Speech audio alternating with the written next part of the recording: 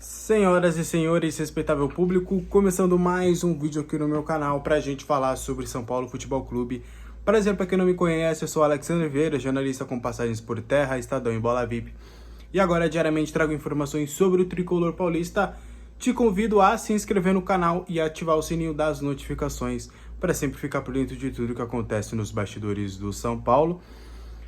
Domingão, né? Domingão aí, primeiro domingo de 2025. Bom domingo para todo mundo, que seja aí um domingo próspero. E vamos trazer algumas informações sobre o São Paulo. Enzo Dias, lateral que deve, de fato, se tornar reforço do São Paulo.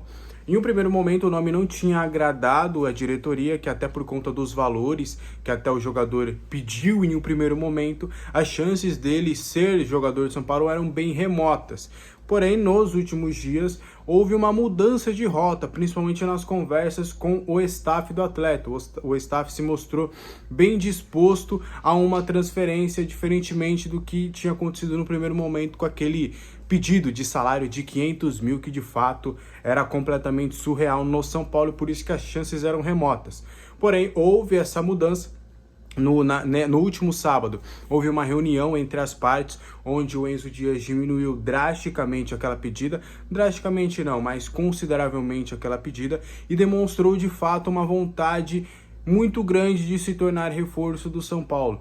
Então o que era remoto se tornou viável para o São Paulo, muito por conta dessa postura do atleta nesses últimos dias, tanto que o São Paulo tinha procurado saber mais informações de outros laterais como o Matheus Bahia, mas por conta dessa mudança de rota, agora o São Paulo tem uma aproximação com o Enzo Dias. Com isso, fatalmente também deve diminuir aí a carga na busca pelo Matheus Bahia, deve ficar realmente um Enzo Dias e aí solucionar depois essa situação do Wendel, seja a sua contratação agora ou na próxima janela de transferências lá no meio do ano, tá? O Enzo Dias, na informação que a gente obteve, houve já um acordo salarial e ele receberia algo próximo, tá, a 350 mil, um pouquinho abaixo dos 500 mil que ele tinha pedido de salário, e é um salário que ele ganhava próximo ali no River Plate, não tá tão distante daquilo que ele recebia. Enzo Dias é um lateral de 27 anos, agora vai chegar no São Paulo para de fato brigar por um espaço no time titular com o Patrick. Ele já deve chegar na segunda-feira, se desembarcar no Brasil, assinar o contrato com o São Paulo de uma temporada, um empréstimo de um ano, com obrigação de compra. A obrigação de compra seria de 2,5 milhões de dólares, caso o São Paulo queira exercer a opção ou a obrigação mediante a um percentual de jogos, 60% das partidas. Se o Enzo Dias estiver disponível por pelo menos 45 minutos, ele deve ser comprado em definitivo pelo São Paulo. O Enzo Dias chegaria, né, no São Paulo na segunda-feira, numa condição, em um primeiro momento, para brigar por espaço como titular, mas no cenário ideal da temporada ele seria uma opção para a lateral esquerda. O São Paulo deve fidelizar ali, concretizar no próximo dia 6 o pré-contrato com o Wendel, e aí é fatal que o Wendel será jogador de São Paulo assinando esse pré-contrato. Aí resta ver se o São Paulo conseguirá a liberação junto ao Porto já em janeiro, ou se de fato vai ter que esperar o jogador chegar de graça lá no meio do ano. Em um primeiro momento, a diretoria tentaria essa liberação do Wendel para agora, mas já fica mais tranquilo porque terá um lateral esquerdo de ótimo nível, pelo menos já a partir de junho. Então esse é o cenário do Enzo Dias, que deve ser confirmado como um novo reforço do São Paulo. E aí na próxima semana é bem possível que, tudo correndo bem no dia 6, né, que é a segunda-feira onde ele assina contrato, chega no Brasil e tudo, ele já possa viajar para os Estados Unidos no dia 8 e fazer parte da delegação que vai disputar a pré-temporada nos Estados Unidos. Beleza? Para a gente continuar, bora trazer uma informação sobre Antony e Casemiro, os dois jogadores revelados pelo São Paulo. O São Paulo está de olho na situação dos dois, mas calma, não é para contratação em um primeiro momento. É muito para ver uma possibilidade de lucro em cima desses dois atletas.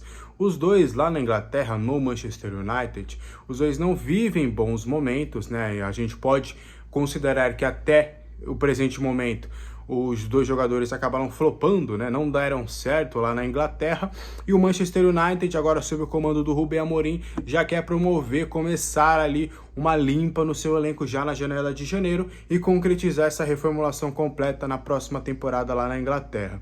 Então aí o Antony e o Casemiro não fazem parte dos planos do United e devem ser negociados. Fica a questão do Antony. O Antony pode ser emprestado para outro clube ou de fato ser vendido. Sendo vendido, o São Paulo teria um percentual interessante relacionado ao mecanismo de solidariedade, algo parecido com o Casemiro, esse que já não seria emprestado, seria negociado. E o Casemiro, ele tem fortes sondagens, né, do fundo da Arábia Saudita, que gostaria de levá-lo para um dos 4 grandes clubes lá da Arábia e pagaria uma boa quantia. Pagando essa boa quantia, o São Paulo já começaria também em 2025 com mais uma graninha para bater a sua meta de vendas, que ainda vai ser divulgada, mas que promete ser bem alta, algo na casa de 180 milhões ali. Então o Casemiro já poderia ajudar nessa quantia, e o Antony, quem sabe, se pintar alguma proposta vantajosa para ele nesse sentido, ou um empréstimo com obrigação de compra, o São Paulo também poderia acabar lucrando daqui a pouquinho com essa situação do Antony, tá bom? Bora continuar? Santiago Longo tem boas chances de não continuar no São Paulo ainda nessa janela de transferências. A gente já tinha falado bem antes lá dessa situação, e aí a gente vai repercutir agora de novo porque tem algumas novidades. O São Paulo já contatou o staff do atleta e tem visto com o Belgrano a possibilidade de devolver o Santiago Longo sem qualquer custo, apenas uma devolução de fato, antecipar o contrato que ele tem até o meio do ano com o São Paulo. O Santi Longo, internamente, ali em comissão técnica, diretoria, foi um cara que acabou não vingando até o momento. Por mais que ele não tenha jogado com uma certa frequência, nos treinamentos ele não demonstrou de fato uma qualidade interessante de que a diretoria fizesse força para que ele continuasse esses próximos 6 meses ou até já comprasse o atleta. Lembrando que o São Paulo pode comprar o jogador em março por um bom desconto, aí ficaria algo em 7 milhões. Se optasse pela contratação no meio do ano, ficaria a 10 milhões. Santi não acabou não agradando, tá?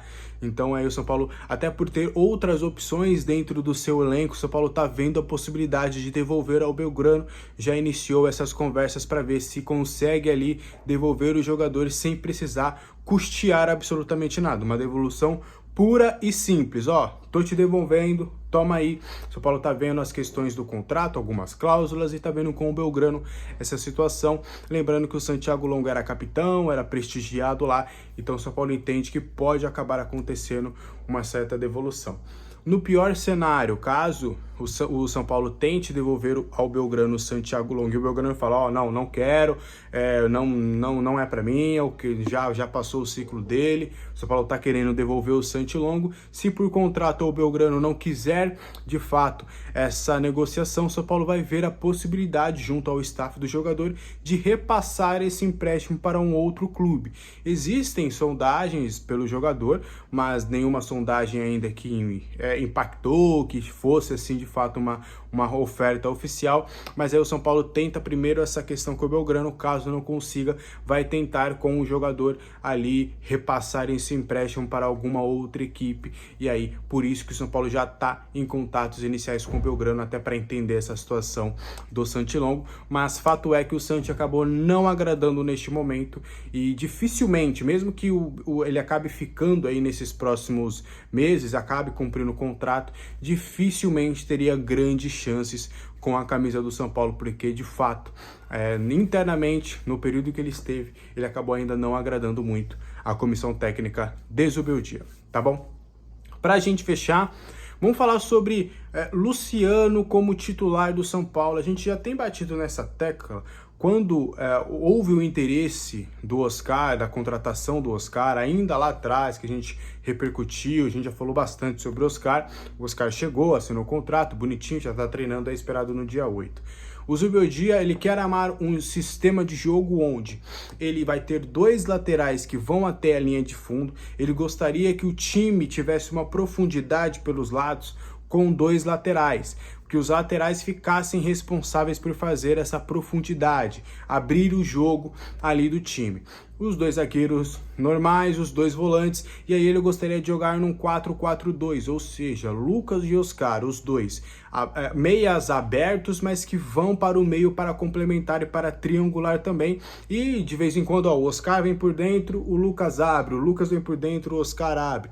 Ele quer fazer mais ou menos isso com os seus meias, e aí o Luciano sairia de uma função de um segundo atacante mais recuado para de fato jogar lá mais na frente com o Caleri, e os dois sendo centroavantes. O Zubeldia, ele entende que ele tem dois atacantes, e ainda conto com o André Silva nessa, muito poderosos ofensivamente. Ele entende que ele ainda não conseguiu potencializar Luciano e Caleri, e ele vê no André Silva um jogador que pode fazer tanto a função do Caleri quanto essa função também do Luciano, inclusive por isso que ele pediu a possibilidade de um terceiro centroavante. Então ele gostaria de potencializar esses atacantes. Ele entende que, por exemplo, o Caleri vai muito bem no cabeceio, que o Luciano é um elemento surpresa interessante. Então é mais ou menos nesse sentido que o Zubeldia pensa o seu time para a próxima temporada. Além disso, ele vê, além dessa opção do 4-4-2, com o Oscar e o Lucas jogando como meias e o Luciano e o Caleri jogando como atacantes, ele vê a possibilidade, ele, Zubeldia, de modificar em alguns determinados cenários e até durante as partidas para um 4-3-3, porque ele tem o Ferreira no banco de reservas, ele tem o William Gomes que podem, ser a fumaça. Imagina, você tá no 4-4-2 ali com um jogo de triangulação, com um jogo ali de aproximação, a coisa não tá dando certo. Vamos botar o Ferreirinha de um lado, vamos botar o William Gomes do outro lado, vamos colocar correria, drible, vamos colocar ali os pontas para fazerem esse trabalho mais abertos. Então ele entende que poderia ter uma variação tática, o que a gente viu pouco do Zubeldia em 2024, mas ele poderia ter, nesse elenco, ele poderia ter uma variação tática mais interessante. Então é mais ou menos com essas peças que o Zubeldia quer dar uma brincada no seu elenco para essa temporada, Essa temporada que está prestes a começar, tá bom? Esse foi o vídeo de hoje, espero que você tenha gostado. Qualquer dúvida deixa aí nos comentários. Eu sempre vejo aí as suas sugestões, os seus comentários e as suas perguntas na medida do possível, tá bom? Então, bom domingo para todo mundo, até a próxima, tchau!